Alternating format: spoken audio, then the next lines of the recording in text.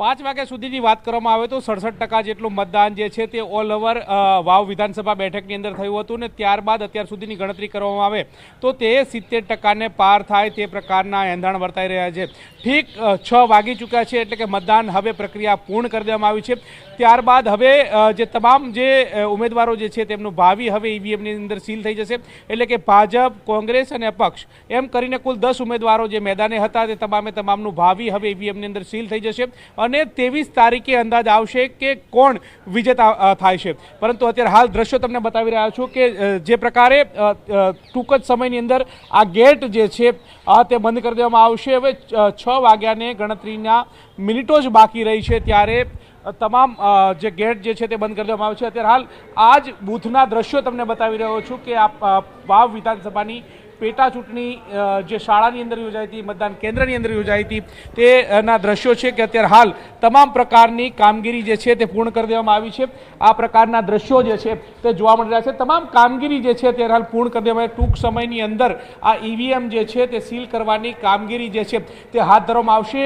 અત્યારે હાલ તમામ પ્રકારનો જે આંકડો જે છે તે મેળવવામાં આવી રહ્યો છે। આ કેટલા લોકોએ મતદાન કર્યું છે, કેટલા લોકો એ મતદાન પૂર્ણ કરવા માટે અહીંયા આવ્યા હતા તે તમામ આંકડો જે છે તે મેળવવામાં આવી રહ્યો છે। આ પ્રકારની વ્યવસ્થા જે છે તે કરવામાં આવી છે એટલે કે ઠીક 6 વાગે આ ઈવીએમ જે છે તે સીલ થશે। 10 જે ઉમેદવારો હતા તેમનું ભાવિ જે છે તે ઈવીએમની અંદર કેદ થઈ જશે। 23 તારીખે પરિણામ આવશે, ખ્યાલ આવશે કે કોણ વિજેતા નીવડે છે। જી બિલકુલ ગૌતમ, જે પ્રકારથી ત્રણેય જે પક્ષો છે તેમના માટે આ વટનો સવાલ તો બની રહેશે, પરંતુ એક મહત્વની વાત એ પણ રહી કે તમામ લોકોએ ખૂબ જ હોશે હોશે વોટિંગ કરી છે, તેમાં પછી તે મહિલાઓ હોય કે પછી વૃદ્ધો હોય, શું ઉત્સાહ તમે જોયો? લુબના, એક વાત ચોક્કસ છે કે વાવ વિધાનસભાની વાત કરવામાં આવે તો એવરેજ 70%થી વધુ મતદાન જે છે તે થતું આવ્યું છે અને આ જ પ્રકારનો આંકડો વધુ એક વખત જોવા મળી રહ્યો છે। એટલે કે આ પેટા ચૂંટણી હતી, પેટા ચૂંટણીમાં પણ 70% જેટલું મતદાન જે છે તે જોવા મળ્યું છે। અત્યારે હાલ જે અંતિમ તબક્કાનો દોર જે છે તે ચાલી રહ્યો છે, તેને તૈયારીઓ જે છે તે હાથ ધરવામાં આવી છે અને તે તૈયારીઓના કરવામાં આવી રહી છે। પરંતુ લુબના ઓલ ઓવર જે સ્થિતિની વાત કરવામાં આવે તો વિધાનસભા બેઠક એવી વિધાનસભા છે કે જે 70%થી વધુ મતદાન જે છે તે થતું હોય છે અને આ જ પ્રકારની સ્થિતિ જે છે તે પેટા ચૂંટણીની અંદર જોવા મળતી હોય છે। 2012ની વાત કરવામાં આવે તો 77% જેટલું મતદાન જે છે ત્યાં બેઠક ઉપર થયું હતું। એ જ વસ્તુ 2017ની વાત કરવામાં આવે તો 81% જેટલું મતદાન જે છે તે 2017ની અંદર અહીં આજ વિધાનસભાની અંદર થયું હતું।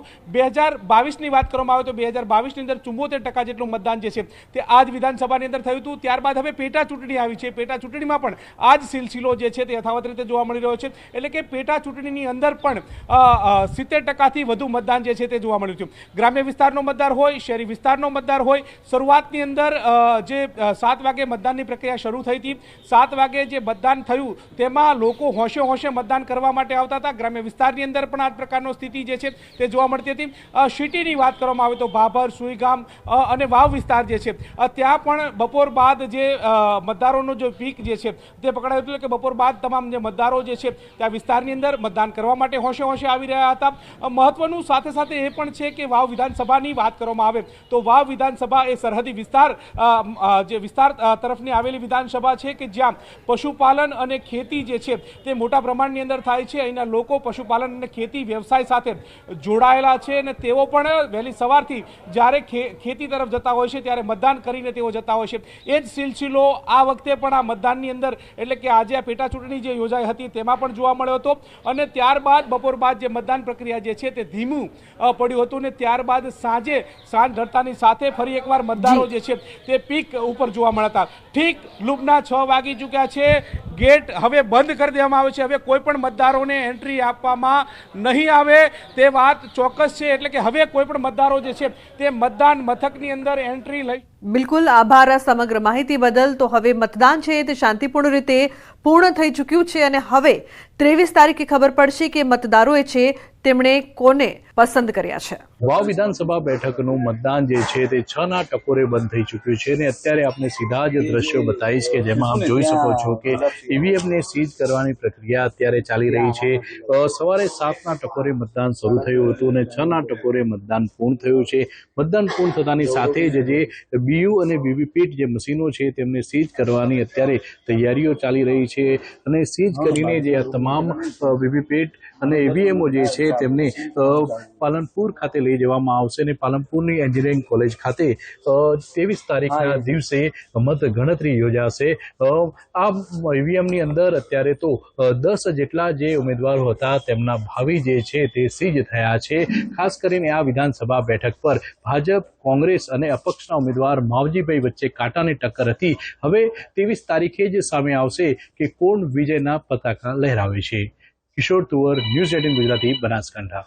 વાવ વિધાનસભાની ચૂંટણી જે છે તે પેટા ચૂંટણી યોજાઈ હતી તે શાંતિપૂર્ણ માહોલની અંદર સંપન્ન થઈ ચૂકી છે. 70% પણ વધારે મતદાન જે છે ત્યાં બેઠક ઉપર થયું છે. અત્યારે હાલ તમે જોઈ રહ્યા છો કે જે પ્રકારે સંપૂર્ણ કામગીરી જે છે તે પૂર્ણ થઈ ચૂકી છે અને અત્યારે હાલ ઈવીએમ સીલ કરવાની તજવીજ જે છે તે હાથ ધરવામાં આવી રહી છે. ઈવીએમ અત્યારે હાલ સીલ થઈ ચૂક્યા છે. કુલ 10 ઉમેદવારો જે છે તે મેદાને હતા. તેમાંથી ભારતીય જનતા પાર્ટી, અપક્ષ અને કોંગ્રેસ એમ કરીને કુલ 10 ઉમેદવારો હતા. આ 10 ઉમેદવારો જે છે તેમનું ભાવિ જે છે તે હવે ઈવીએમની અંદર સીલ થઈ ચૂક્યું છે.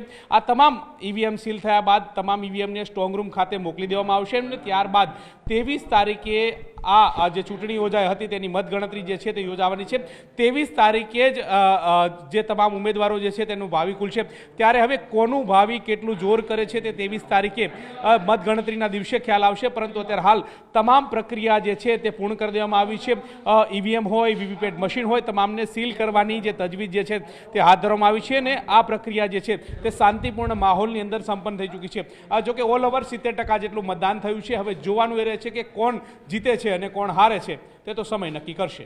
કેમેરા પંકજ મકવાણા સાથે ગૌતમ શ્રીમાળી, ન્યૂઝ 18 ગુજરાતી, વાવ.